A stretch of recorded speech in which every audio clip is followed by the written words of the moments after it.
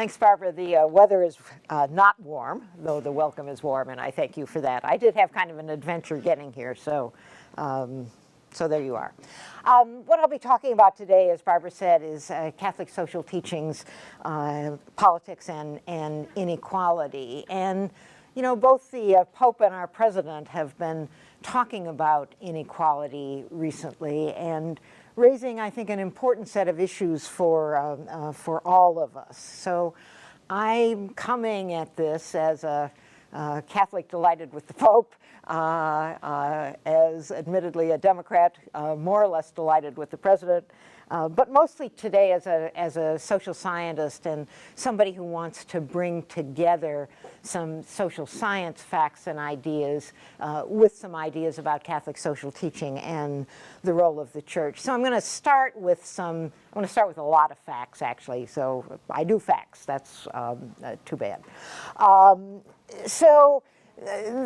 This graph, I think, shows in many ways the basic facts about inequality in the United States, and I'm going to look at it in different pieces. What this is a graph that is showing average household income, inflation adjusted, from 1967 to 2012 by percentiles of income.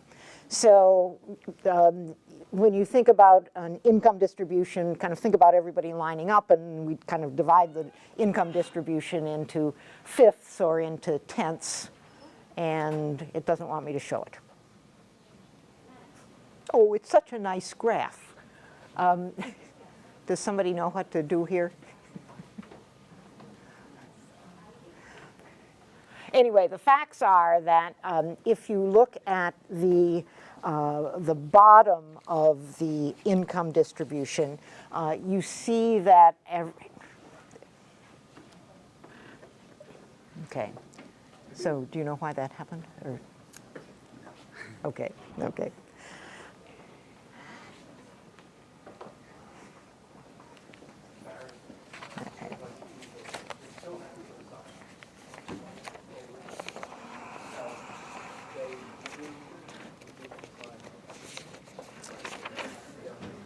So if you look at the bottom of the income distribution, the average income of the bottom fifth was about $10,000 in 1970 and about $11,000 in 2012. So the average income for the bottom fifth has barely gone up at all and remains quite low. If you look at the middle of the income distribution, and that's between these two lines, the fourth and the fifth fifths of the income distribution, you see also there that there has been rather little increase in average income since the 1970s. The yellow line, the orange line, this line here, shows the average income of the top fifth of the distribution, the top 20%. And you can see that they did a lot better than everybody else, than the people at the bottom. So the average income between 1970 and 2012 for that group went up about 60%. And then this top line is the median income for the top 5% of households. And this is from a data set where the income of the top 5% is basically underestimated. So you can, I think this is as good a way as I can think of to show the pulling apart of the income distribution and the degree of inequality that we now see in the income distribution. So what I want to do is talk about three different pieces, because I think that the story of inequality is actually three different stories and raises three different kinds of issues that we need to talk about. And the first piece of it that I want to talk about is basically the middle of the income distribution, where we saw that the middle income has been basically flat.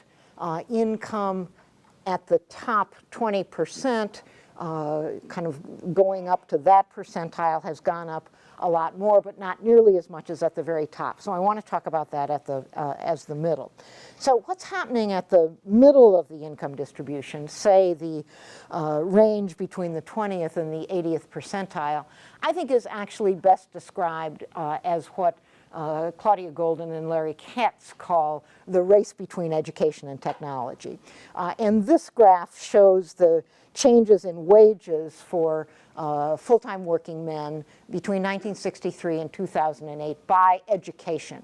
So you can see that between about 1963 and the middle of 1973, say, the average wages for working men went up pretty much all together.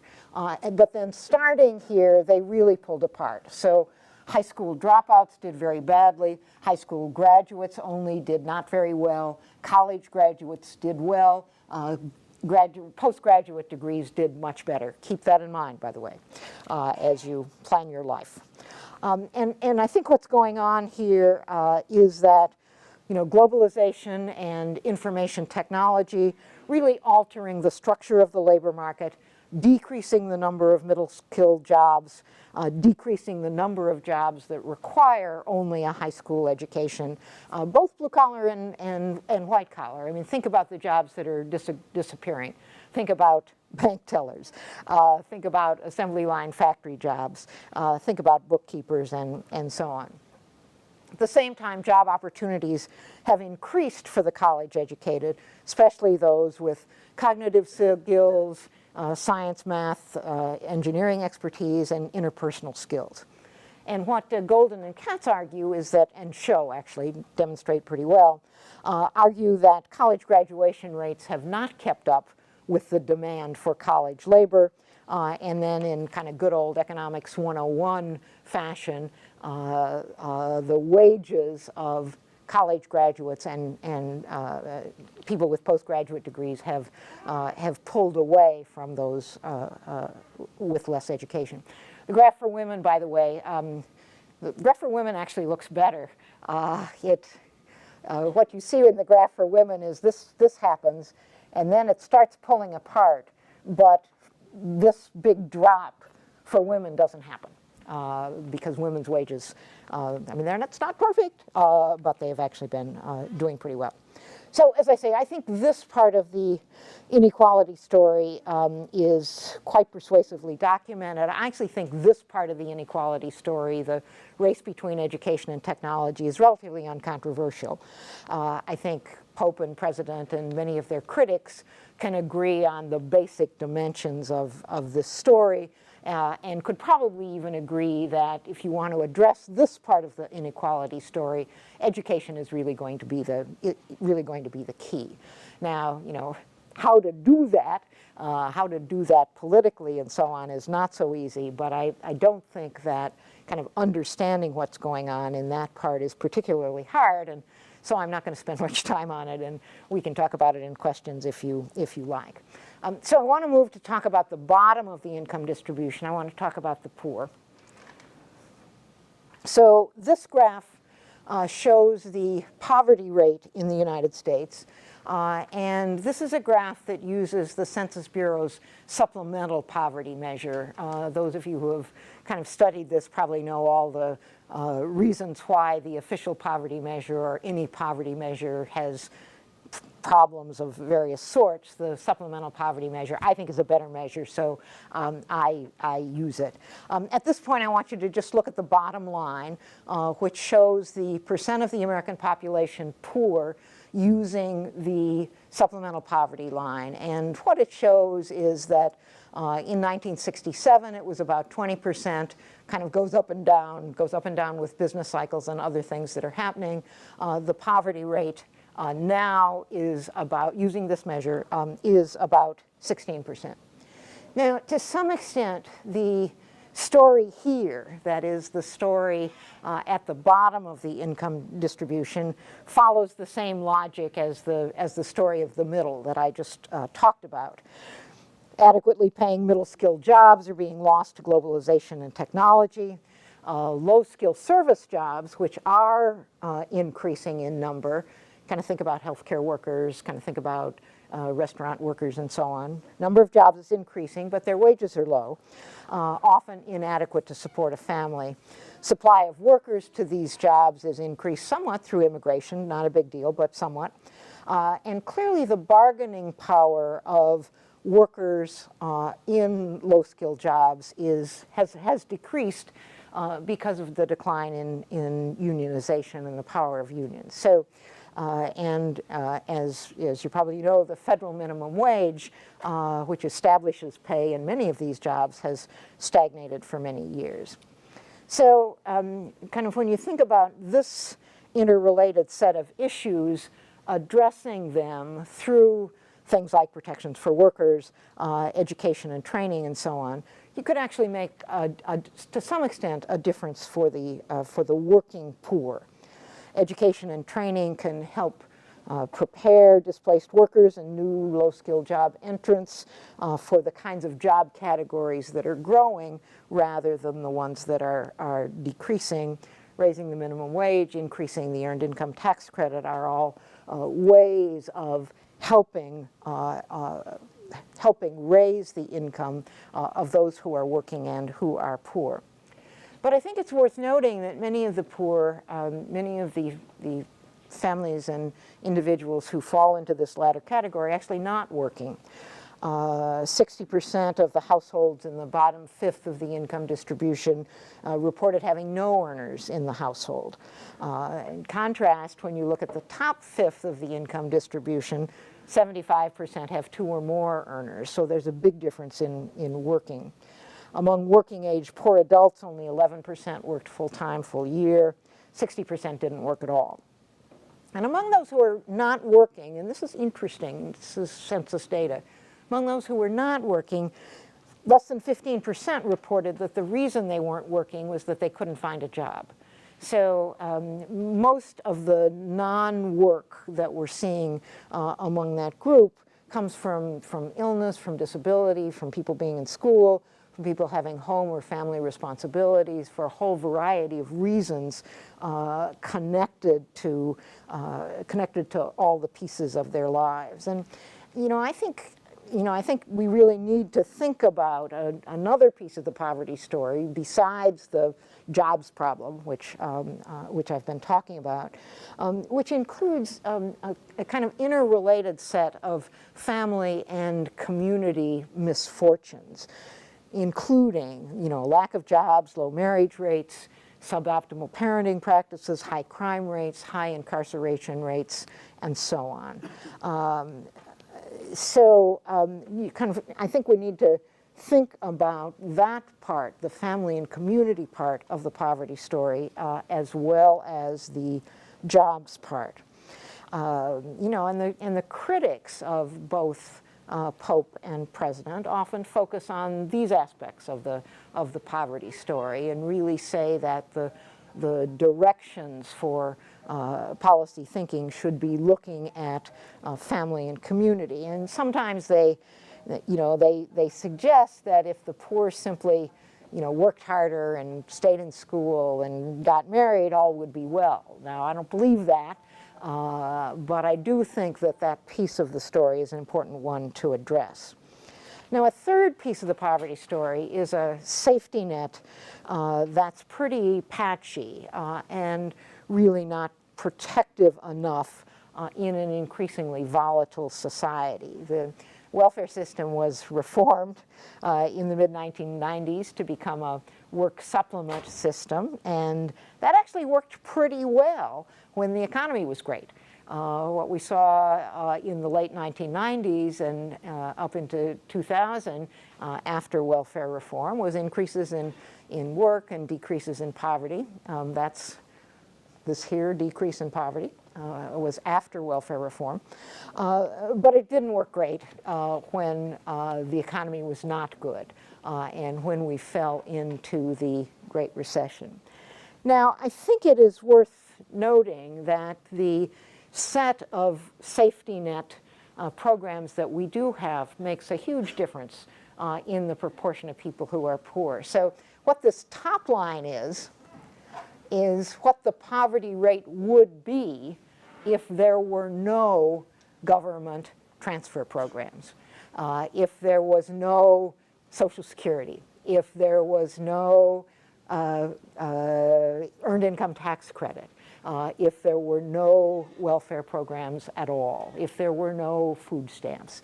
So you can see that when you come over here, current poverty rate is about 15 to 16%. In the absence of safety nets, it would be 30% in the estimates. So again, a big difference and a big deal. The food stamp program especially was terribly important and continues to be terribly important during this recession, and really made a huge difference for people. You know, nonetheless, when you think about 16% of the American population in households with incomes below the poverty level, 46 million people, can't possibly be satisfied with that and can't possibly think that the safety net is doing everything that it can. So, you know, I think when I think about poverty in the bottom of the distribution, I kind of think about these three pieces. Think about the jobs piece, the family and communities piece, and the safety net piece. And for me, you know, kind of what that means is that as we think about policy, think about addressing policy, we need to think about more and better education, protections for workers, stronger families and communities, and a more robust safety net. Now, I think the principles of Catholic social teaching can really offer crucial perspectives on our thinking about poverty and can contribute to addressing them. I mean, one piece of this is the Catholic emphasis on full human development that encompasses work and family and community and opportunities to develop one's capabilities.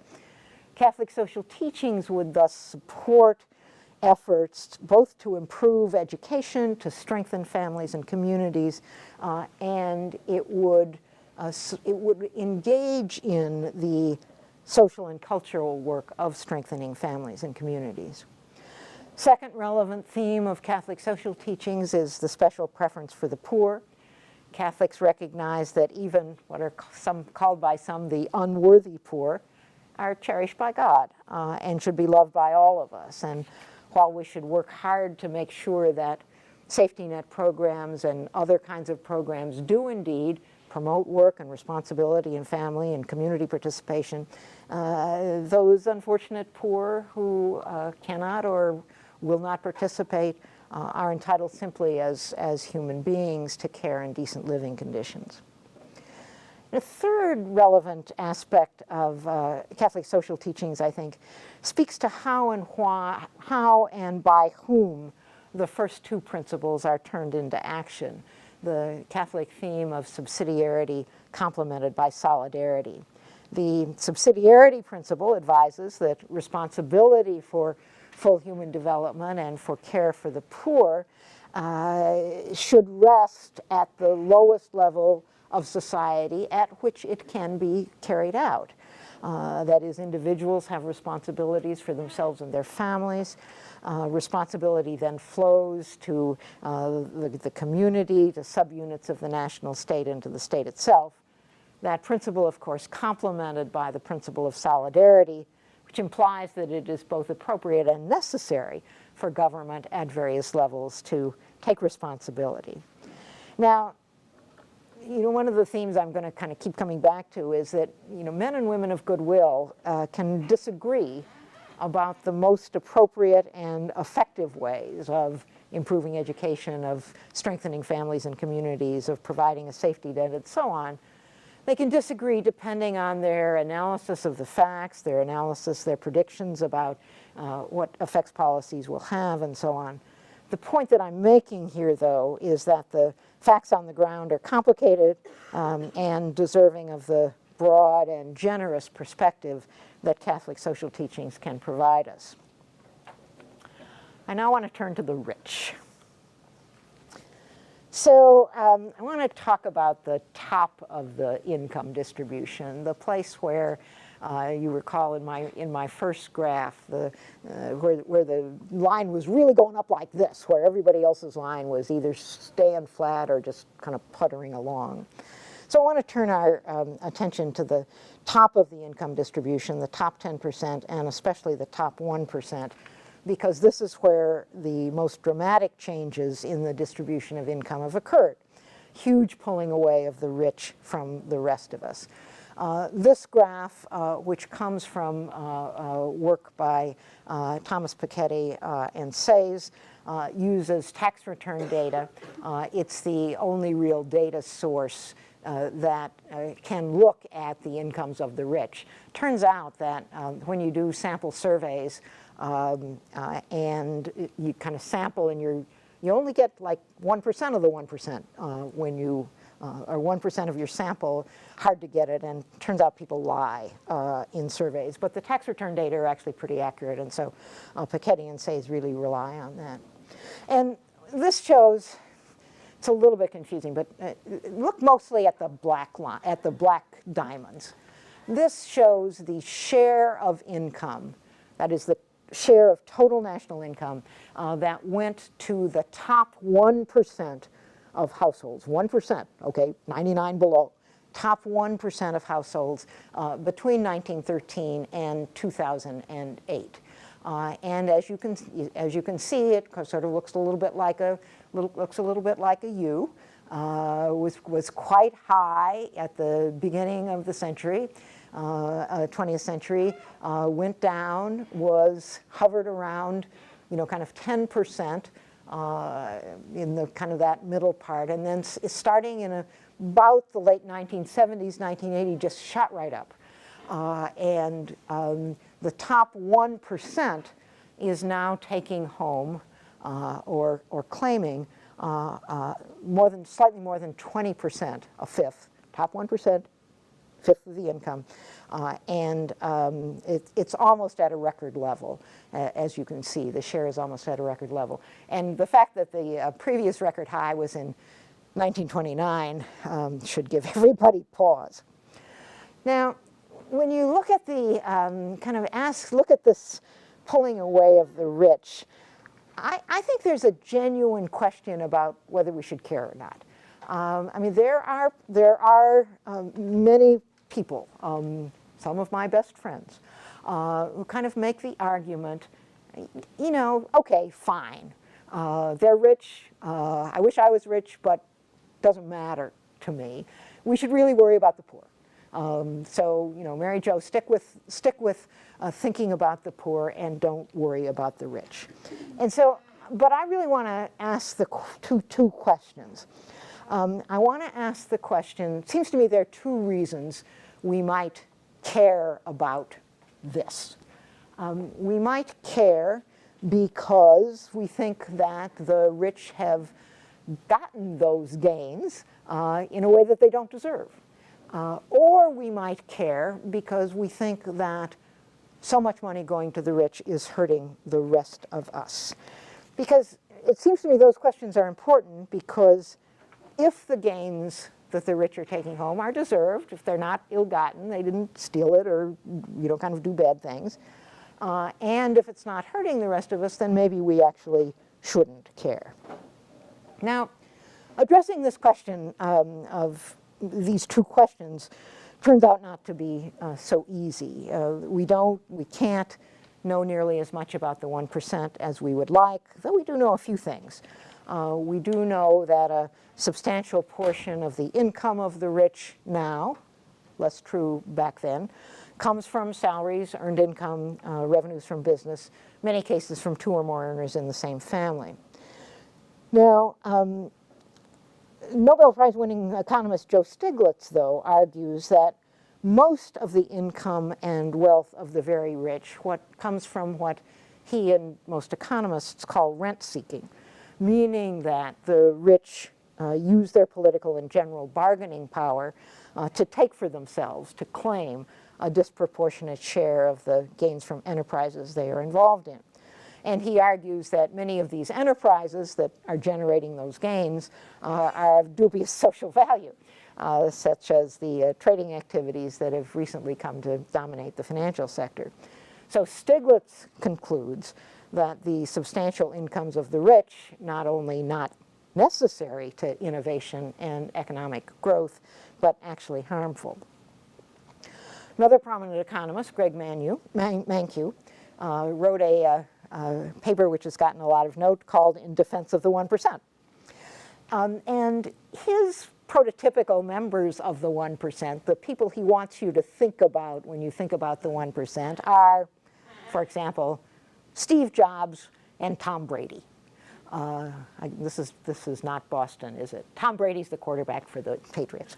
But Stiglitz argues that, many of the people up there, if we think about Steve Jobs, we think about Tom Brady, we're perfectly happy to have them get lots of money because we delight in what they provide in terms of what they have created and what they have achieved. And he isn't persuaded that the gains of those guys and some women are ill-gotten. Now, this particular empirical question is hard to resolve, and I think it's partly hard to resolve because almost certainly there are some of both going on. But it does seem to be the case that cultural and organizational norms are implicated in determining the share of income that's going to the rich, since to a great extent the rich bargain for their income. They bargain with boards of directors. They bargain with owners of football teams and baseball teams. They bargain with their stockholders to some extent. And they have some control over the claims they make. And it's interesting. I mean, at some periods in our history, and even among some groups, amassing great wealth was considered kind of unseemly, kind of not what a good person did. That norm was particularly important during war times, I would argue. And likewise, cultural and social norms can shape how people feel about the productive activities or not that they are engaged in.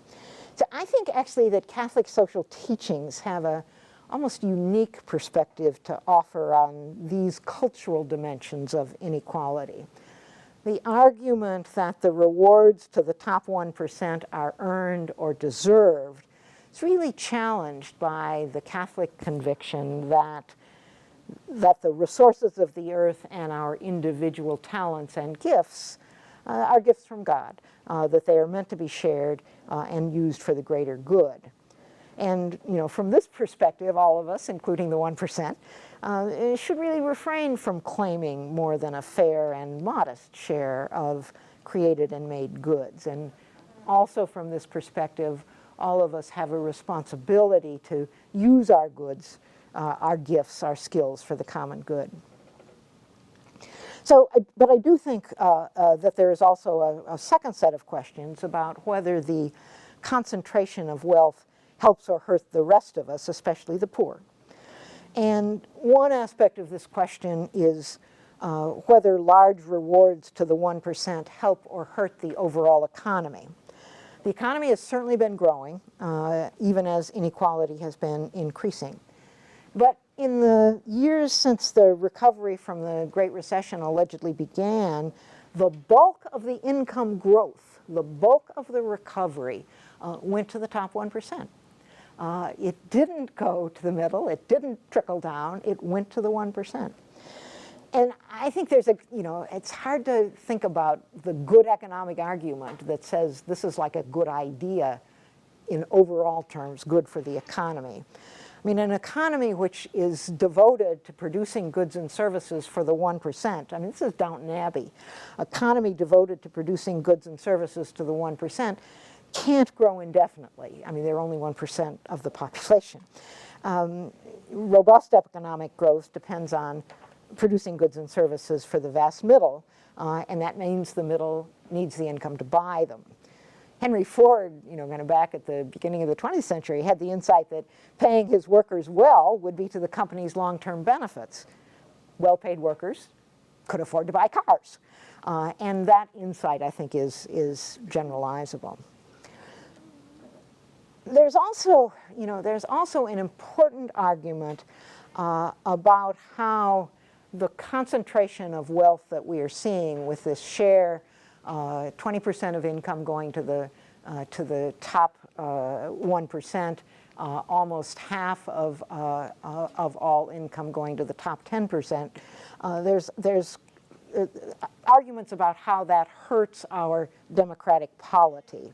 There's really quite good evidence that the rich exert vastly disproportionate influence on politics, contrary to kind of the some of the standard political science models that look at the median voter. And their influence it's not blatant bribes, but it's through the uniquely perverse system that we have in America of campaign finance, and through the ability of rich businesses, rich individuals to buy powerful lobbyists. Combination of economic and political power in the hands of the very rich, I think, and it seems to me the data support this, leads to public policies and cultural norms that actually do hurt the rest of us. The rich can use and do use their political power to stave off restraints on their economic power, especially their ability to avoid taxation, curbs on permissible economic activities, and so on. They can constrain the bargaining power of ordinary workers through weakening the National Labor Relations Board and resisting increases in the minimum wage. They can ensure through their political power that their tax rates are kept low. So to the extent that these arguments are true, and I do think they are pretty well supported, it seems that the current concentration of income and wealth does indeed hurt the rest of us. And the Catholic perspective that favors the poor and that questions whether wealth is deserved suggests a number of actions. Now, I don't think in the United States we will ever see legislation that puts a cap on people's incomes. It's not something that is supported by people. Poll data is very clear. We all think we're going to be rich, and so we want to be up there and don't want to put limits on it. But I think there are things that are worth thinking about. One is a changed cultural perspective on great wealth. Another is changes in the rules around money and politics. And a third is increased public investments to improve the opportunities of the poor, which actually will require higher taxes on the rich. So, again, in this arena, as in others, there are legitimate arguments about appropriate tax rates, appropriate constraints, and that sort of thing. But in the Catholic context, I think that there shouldn't be much disagreement about addressing this. So to recapitulate the argument so far, I have argued that inequality in the United States encompasses three distinct but interrelated sets of issues: a squeezed middle class, losing the race between education and technology, increasingly missing out on opportunities for better lives for themselves and their children. Persistent poverty, driven by these same economic forces and also by troubled families and communities and a weak safety net. Growing concentration of income and wealth at the top, driven at least in part by disproportionate and unfair wielding of economic and political power. Catholic social teachings, I think, provides a rich body of thinking that can help illuminate ways of addressing the problems, and I've tried to put some up as we've gone along. Broad vision of human development, insistence on the equal dignity of all men and women, preference for the poor, recognition of the gratuitous nature of gifts of the earth and our individual talents, and an insight that men and women live together in community. So I think these principles, they have their foundations obviously both in Scripture and in the natural law heritage of the Church, and indeed in common morality. They can be argued, and we can think about how to do this in secular terms as well as in Catholic terms, with strong philosophical, psychological, and social science backing. I think that the Church as an institution and individual Catholics are in a position to remind the world of these principles in many settings and many forms of communications. Preachers, people who talk for the church, are in a good position to remind their listeners of their own individual responsibilities in charity and in justice. The church as an institution and individual Catholics are also in a position to bring these principles into the policy debate. Now, principles alone are not enough to resolve public policy issues. And we all need to recognize the importance of legitimate disagreements about facts, legitimate disagreements about predictions, and about the relative importance of values. Nonetheless, I do think that Catholic institutions and organizations like the bishops' councils, Catholic charities, can usefully speak on such topics as improving education, protecting workers, strengthening families and communities, and the need for a stronger safety net. They can also, I think, speak more than they do about the unseemliness, if you will, of great wealth and the need for restriction on money in politics. Now, before I close, I also want to emphasize the importance of the church as an institution incorporating its principles into its own life, practicing what it preaches, if you will. And so let me give a couple of examples, which I've done up here. If the church as an institution or by individual Catholics wants to speak to the rich about modesty and lifestyles in recognition of the fact that talents and gifts are gifts of God, as it should, then the church and its hierarchy should exhibit modesty in lifestyles. That means, as Francis has said, and more importantly modeled, modest residences, functional transportation, simple dress. It also means, I think, spending less on elaborate worship space, more on community and charitable activities. Another step the church as an institution could take is ensuring that parishes within a diocese are not wildly different in their physical facilities and services to parishioners. Because Catholic parishes are geographically defined mostly, they often reflect the economic and social status of their neighborhood, some very rich, some very poor. The church itself could model more interaction and sharing of resources. Church could also do much more to model reaching out to and welcoming the poor, both the respectable and well-behaved poor and the more troubled. And that means full inclusion, I believe, of single mothers, kids that have gotten in trouble with the law, and the lifestyles and dress that are that more conservative and better off Catholics might find distressing.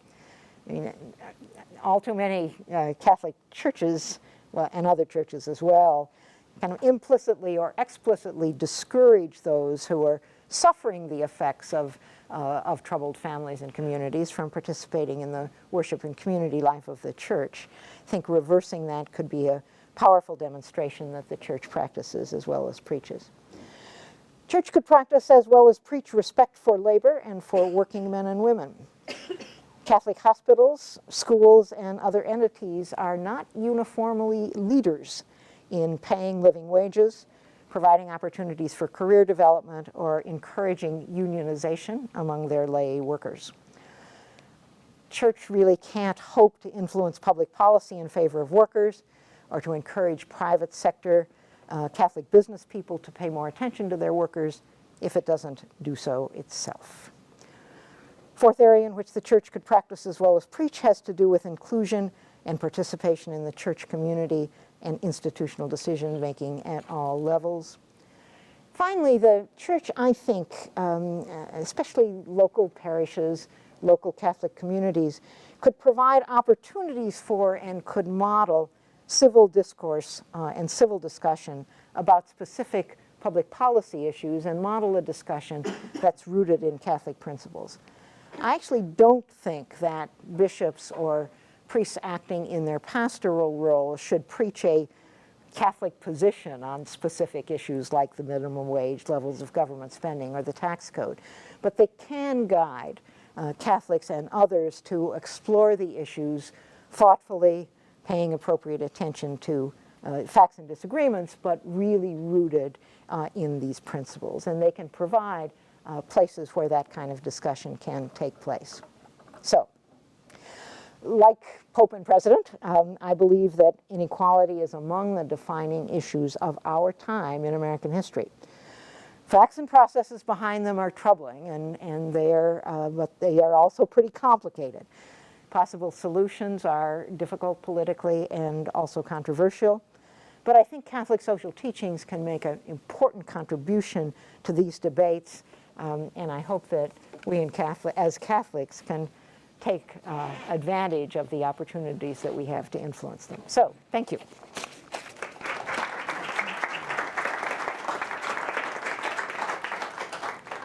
Professor Sally Schultz of the Philosophy Department will offer us a brief response to the talk that Professor Bane gave us, and then we'll open it up to questions. But we're really brief. As Professor Bane finished, these questions are really the most significant, pressing questions of our time. If one were to read the gospel in terms of what are the signs of the times, this surely is one. So, Professor Schultz, thank you.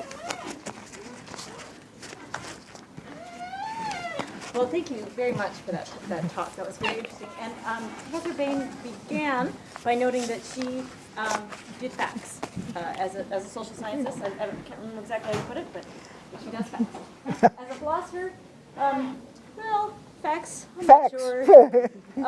We do values. And so you'll see I don't work with the numbers, but I hope that my comments here will build on what she has said in numerous ways.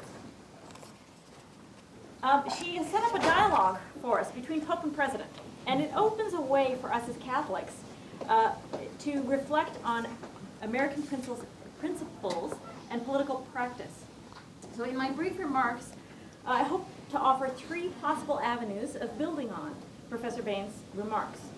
I look first at American politics domestically, as she has, and then turn to U.S. policy and culture in economic globalization. So first, American politics. Catholic social teaching, as Professor Bane notes, includes a preferential option for the poor. Politics in the U.S. has increasingly focused on the wealthy. Candidates for office come from upper class and bring a substantial amount of their personal wealth to their campaign efforts. Professor Bane has suggested a reform of campaign finance laws to bring them more in line with CST, a renewal of our commitment to charity and the common good, and perhaps even increased taxes for the wealthy for redistribution to the poor. And I should point out that I worded that a little differently than you did. I noticed as the presentation was going. Sorry. I hope I didn't put too many words in your mouth there. All that strikes me as a necessary first step in transforming the U.S. political system. It's worth asking whether that's enough for the cultural change that CST, the Catholic social thought, demands. As a complement to what Professor Bane noted about the economic and political power of the wealthy harming the rest of us, we could add that when formal politics relies so heavily on the moneyed classes, the voices of the poor, the perspectives of diverse women, the insights of youth, and the viewpoints of countless other members of marginalized social groups do not have adequate representation. Not only do they not get a say in politics, the issues that affect them do not even become part of our U.S. political consciousness. In the words of the Pope, we need to help others to realize that the only way is to learn how to encounter others with the right attitude, which is to accept and esteem them as companions along the way, without interior resistance. Better yet, it means learning to find Jesus in the faces of others, in their voices, in their pleas. I like that, that's the end of the quotation. I like his notion there of companionship. Rather than looking for representation, per se, in the decisions that we've already determined, let's look for companionship and reimagine the issues that we ought to be discussing. A similar issue pertains to the fact that American politics is widely and aptly characterized as hyperpolarized between the neoconservatives and the progressive liberals. A central point of contention in the U.S. concerns individual freedom versus government responsibility. The U.S. Congress is perhaps the most frequent focal point for this ideological polarization, but a growing chasm divides the electorate as well. Concrete issues like welfare and Social Security benefits get cast in terms of government intervention and impingement on individual liberties, or as the government's responsibility for the well-being of each citizen. Echoing Catholic social thought, Professor Bane has offered us one way to get around these ideological differences. Allow ourselves to be guided by principles of solidarity and subsidiarity. Now notice that I reversed the order there. I did that because I think Catholic social teaching tells us there is no freedom, no liberty without community, and no ability to make decisions that affect our own lives, subsidiarity, without both involvement in and, importantly, responsibility to the community and solidarity. In addition to ideological differences, contemporary democratic politics is often characterized by a loss of civility. Politicians in Congress model this incivility by shouting down their opponents or refusing to listen to supporting arguments. The Pope reflects on incivility in society more generally, and what he poignantly refers to as warring. I find his comments revealing in part both because he subtly confronts our culture of consumption and drive to prosperity at the expense of our neighbor and our community. From the exhortation we read, this is a little lengthy, how many wars take place within the people of God and in our different communities, in our neighborhoods and in the workplace? How many wars are caused by envy and jealousy, even among Christians? Spiritual worldliness leads some Christians to war with other Christians who stand in the way in their quest for power, prestige, pleasure, and economic security. Some are even no longer content to live as part of the greater church community, but stoke a spirit of exclusivity, creating an inner circle. Instead of belonging to the whole church in all its rich variety, they belong to this or that group which thinks itself different or special. Importantly, although the latter part of his remarks are addressed to Christians in general and Catholics in particular, they characterize a more general cultural crisis. Our incivility fosters exclusivity and isolation. Contrary to the imperative of human community, we are failing at solidarity because we are unwilling to take on social risk. We've turned instead to competitive ideological positioning and personal entrenchment. The Pope's assessment of our failure at community also highlights the relative nature of wealth accumulation, which is intensely affected by the growing inequality, as we've heard. As Professor Bane mentions, property is or ought to be for the common good, according to Catholic social thought. In other words, in the words of the Pope. The private ownership of goods is justified by the need to protect and increase them so that they can better serve the common good.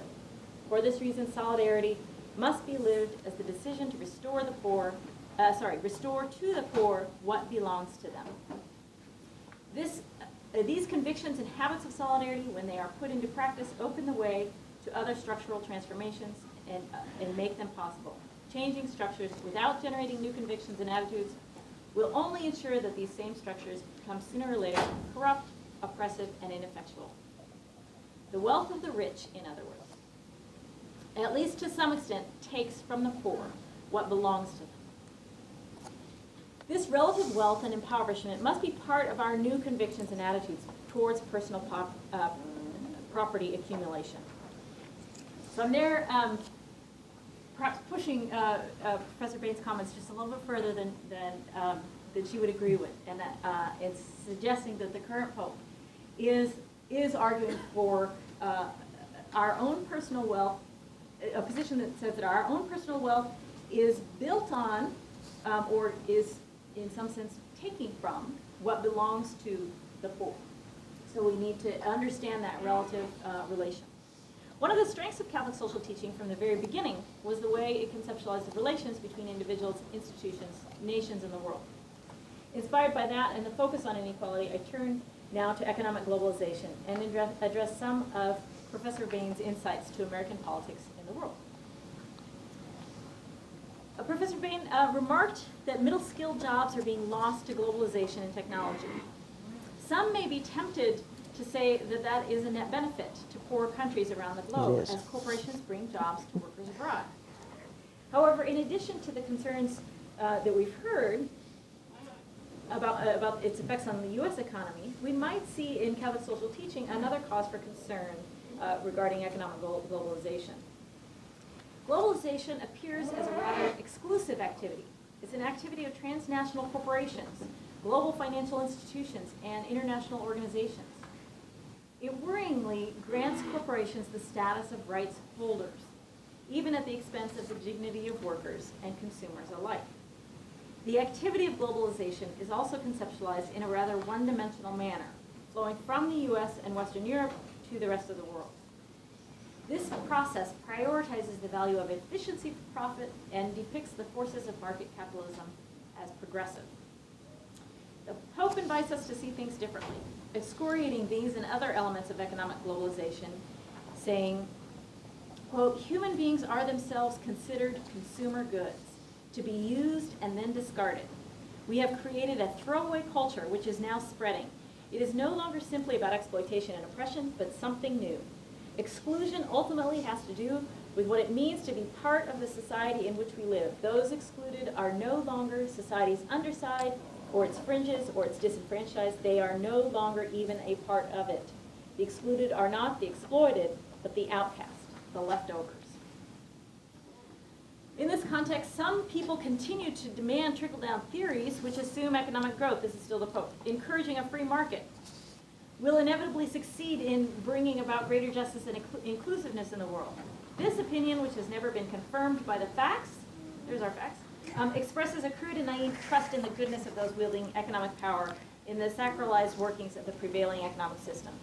Meanwhile, the excluded are still waiting to sustain a lifestyle which excludes others, or to sustain enthusiasm for that selfish ideal. A globalization of indifference has developed.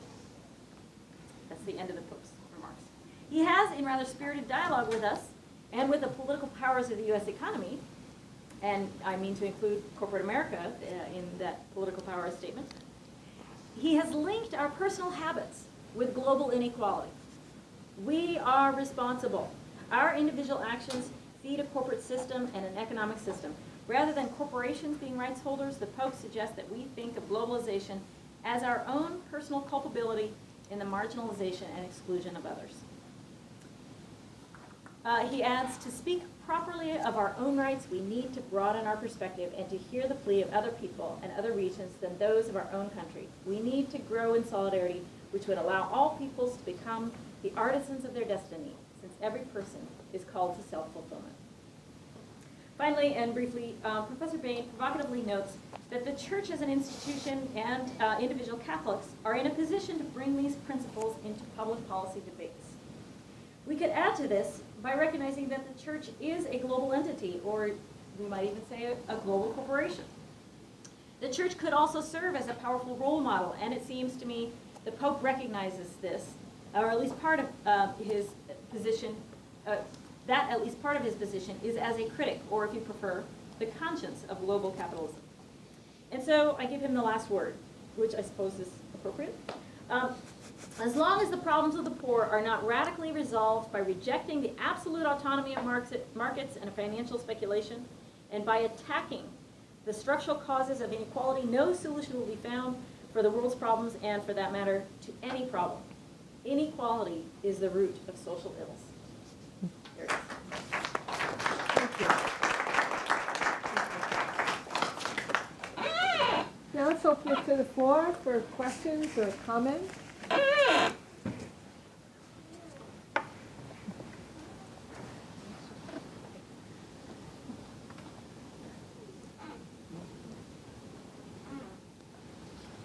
Okay, can I start? Sure. So I pushed you there a little bit. Yeah, I want to argue with both you and the Pope about globalization. Good. Because, you know, if you look at what's happened over the last, say, 20 years to economies globally, the number of poor people in the world has gone down by over 1 billion. And that's a huge number. The infant mortality rate in the world as a whole has gone down by a ton. Life expectancy has gone like way up. So what's going on? Well, it's economic development, and it's China. It's economic development in a market system. It's not it wasn't the Soviet Union that did great. It was economies that really had market systems, and many of the ones that made the fastest economic growth and the biggest dents in their poverty rates were export-oriented economies. That is, economies that exploited their workers to produce goods for the United States. But their workers were a whole heck of a lot better than they had been before, or that you can think about them, now, do multinational corporations do nasty things? Yes. Are the workers in Cambodia who work in the garment factories, is it a lovely life for them? No. Are there problems with globalization? Sure. I don't want to deny that. But I just don't think you can, I don't think you can make the argument based on facts. And I think the Pope's wrong on this. I mean, the Pope is not infallible in his facts. I think the facts are that globalization has helped the world's poor enormously. I had a question back here. Yeah.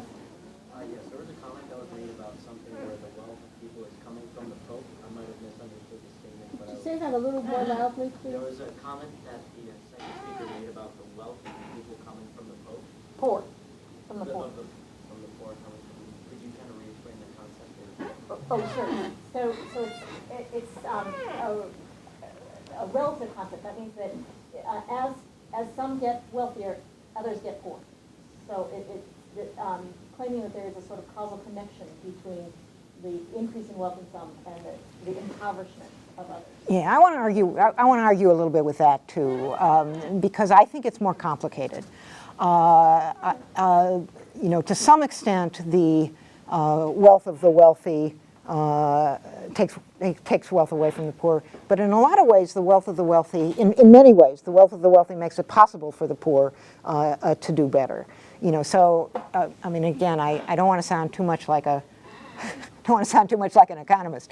But you really have to think about the size of the pie that you're dividing up, as well as how the pie gets divided. And that's why. And what does it take to grow the pie? It takes investments. It takes investments, and it takes innovations and the creation of technology and so on. And somebody like Greg Mankiw, I think, worries way too much. You raise the tax rates of the rich from 35% to 39%, and nobody will do any investing anymore or do any innovation. That's nonsense. But is there a dynamic, again, that I think we've seen over the last couple of years where, investments, especially investments in tech, really have improved things a lot. So I think it's a balance. And I think that kind of figuring out how to structure kind of values and tax rates and all that sort of thing so that you ensure that the pie keeps growing at the same time that you're trying to, is the right way to think about it. And I would just add from the philosopher's perspective that this is something, there are a lot of things that we've touched upon, but this is one area where you can really see differences in some of the different Catholic social teaching documents. Yep. But there's no sort of single line on this. I would argue that the current Pope has this relative notion of wealth and poverty. But I don't think John Paul II had that, or Popular and Progressio. Paul VI. Thank you. So. Yeah. No, it's interesting when you kind of think about it. My guess is that even popes are influenced by the times and places that they grew up in and lived in, and so when you think about John Paul, he was the Pope of the breakup of the Soviet Union, and kind of saw with his own eyes what more kind of market structures and so on brought to Eastern Europe, and then Francis comes from Argentina, one of the most unequal countries in the entire universe, where I think the exploitation of the poor by the rich is probably more apparent. So it's interesting to think about that and how the different perspectives, to some extent, influence them, but also make us think about kind of both sides of this. And Trudy, another economist. I kind of have two comments, or comments on two parts of your talk. One is the sources of inequality, I would read the evidence differently. Okay. I think the role of technology and education is much weaker, at least in the last 20 years, than some might think. I think this is more controversial, but for example, if one looks across different countries, one sees very, very different profiles of inequality, yet all had access to the technology. So if it was technology, we should have seen this big increase, the pulling away like we did here, but we did. Well, most I places. think the timing is off. I mean, we've been seeing inequality grow since the early 70s. People wouldn't argue that we've seen this technological boom since then, and so on and so forth. Globalization itself is not a natural phenomenon. It's made purposely by policy. So I think the idea, getting back to this question, the idea that what's happening to the poor or even people in the middle is some kind of natural phenomenon that, you know, that's kind of unavoidable, and we should be thankful that we see things like technology. I think that could be called into question. I think there's a much bigger role for purposeful activity. The second comment has to do with this little exchange that you and Sally had about what is it that markets are doing in terms of development. And it's true that there's a lot more people coming out of poverty, but remember, the standard is pretty low. That we're talking about bringing people above $1 a day Yeah, I know. or $1 a day. The second point I would make is that, you know, I think Catholic social thought speaks more, not necessarily, it does speak to an absolute level of well-being, but it speaks to authentic development. Yep, It speaks yep, to I agree. common good. And I think it speaks to what the economist Amartya Sen called, Capabilities, yep. you know, development as freedom. That is to say, one needs autonomy, the ability to develop authentically. And the idea that, for example, that a corporation, because it goes in and it provides jobs that provide more than $1 a day, that people should be happy with the crumbs from the table simply because it gets them above an arbitrary benchmark, I think that's a low denominator, because people have no say in what these corporations do. They have no say about what happens in the workplace because there's a lack of economic democracy because unions have been put there, right? There's a lack of ability to get decent education and health care unless a corporation deems it profitable to become in and settle there. People have no control over their own lives. Yeah. And I think that's what's lacking here. I mean, even Karl Marx, right, marveled at the ability of a capitalist system to generate wealth, but also decried what it did to the distribution and condition of people. Yeah. So I would just give those. Yeah, no, I don't, I mean, you know, I mean, I disagree a little bit. We are all, by the way, going to have to read Thomas Piketty's new book on capital in the 21st century, which I think is going to turn everybody's thinking around about this. It's really quite fascinating, so make sure your economics professors assign it to you. And, you know, I mean, as I think about this, I agree they're complicated, but, you know, part of me says, you know, okay, what's the alternative? Is the alternative not to have factories in Cambodia? What's the alternative? Is the alternative state planning, centralized state planning? Well, that didn't seem to do such a great job. So can we imagine, you know, can we imagine structures that are not state planning, that are not just kind of leaving things as they are, and what do those look like? And, you know, I'm much more an incrementalist than I am anything else, so I sort of think, okay, this is what we got. How do we make this a little better? Kind of what kinds of trade treaties would you want to have? What kinds of protections would you want to have? Can you kind of push in those directions? And as I see, you know, again, think about the alternatives. It just, for me at least, it gets harder. You know, on the sources of inequality, I think they're kind of big differences of they're genuine controversies, and I do think, I mean, I would not argue that the education technology nexus is explaining what's happening at the top. I don't think that has anything to do with it. But I'm mostly thinking, you know, when you look at the structure of jobs and you see growth in, you know, kind of jobs that require a college education or post-college education, and you see growth in jobs that don't require much of anything because they're the low-skill service jobs, that change in the in the labor force, that really is being driven by education and technology, I think.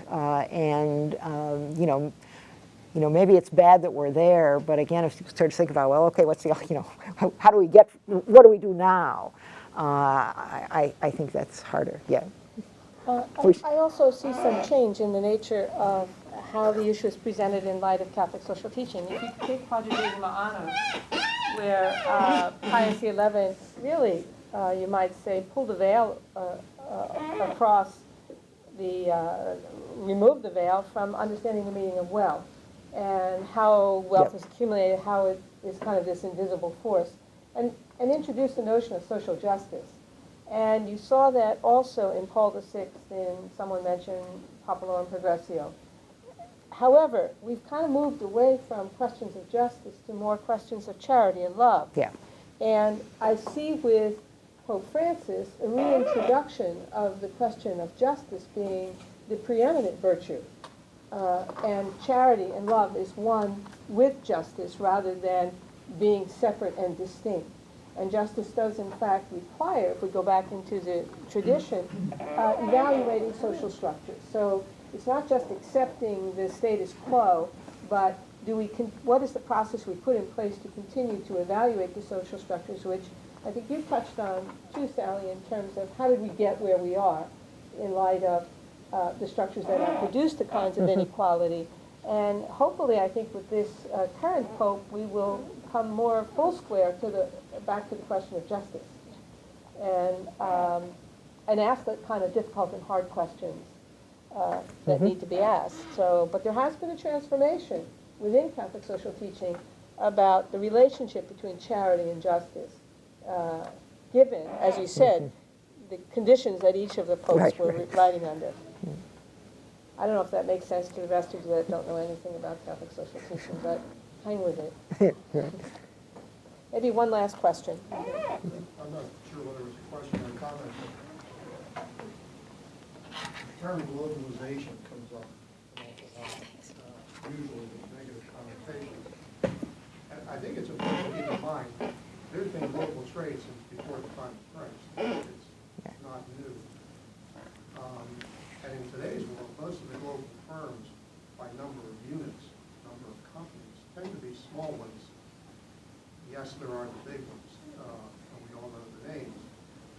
But if we look at the number of companies or corporations doing business on a global basis, there's far more small ones than there are big ones, which means there's far more of them under the real active control of real people, not corporate entities, as you mentioned, controlled by shareholders, sort of.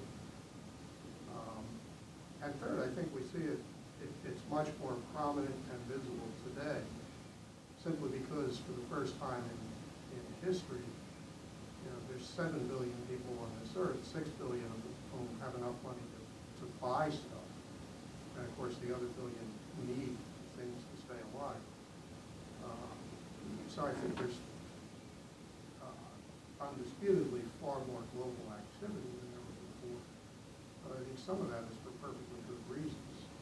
I think it's important to sort out there can be good globalization or good global business, and there can be less than desirable activity. But just a comment. Well, I'd like to thank all of you for coming this afternoon, and I'd like to thank our speaker and our respondent.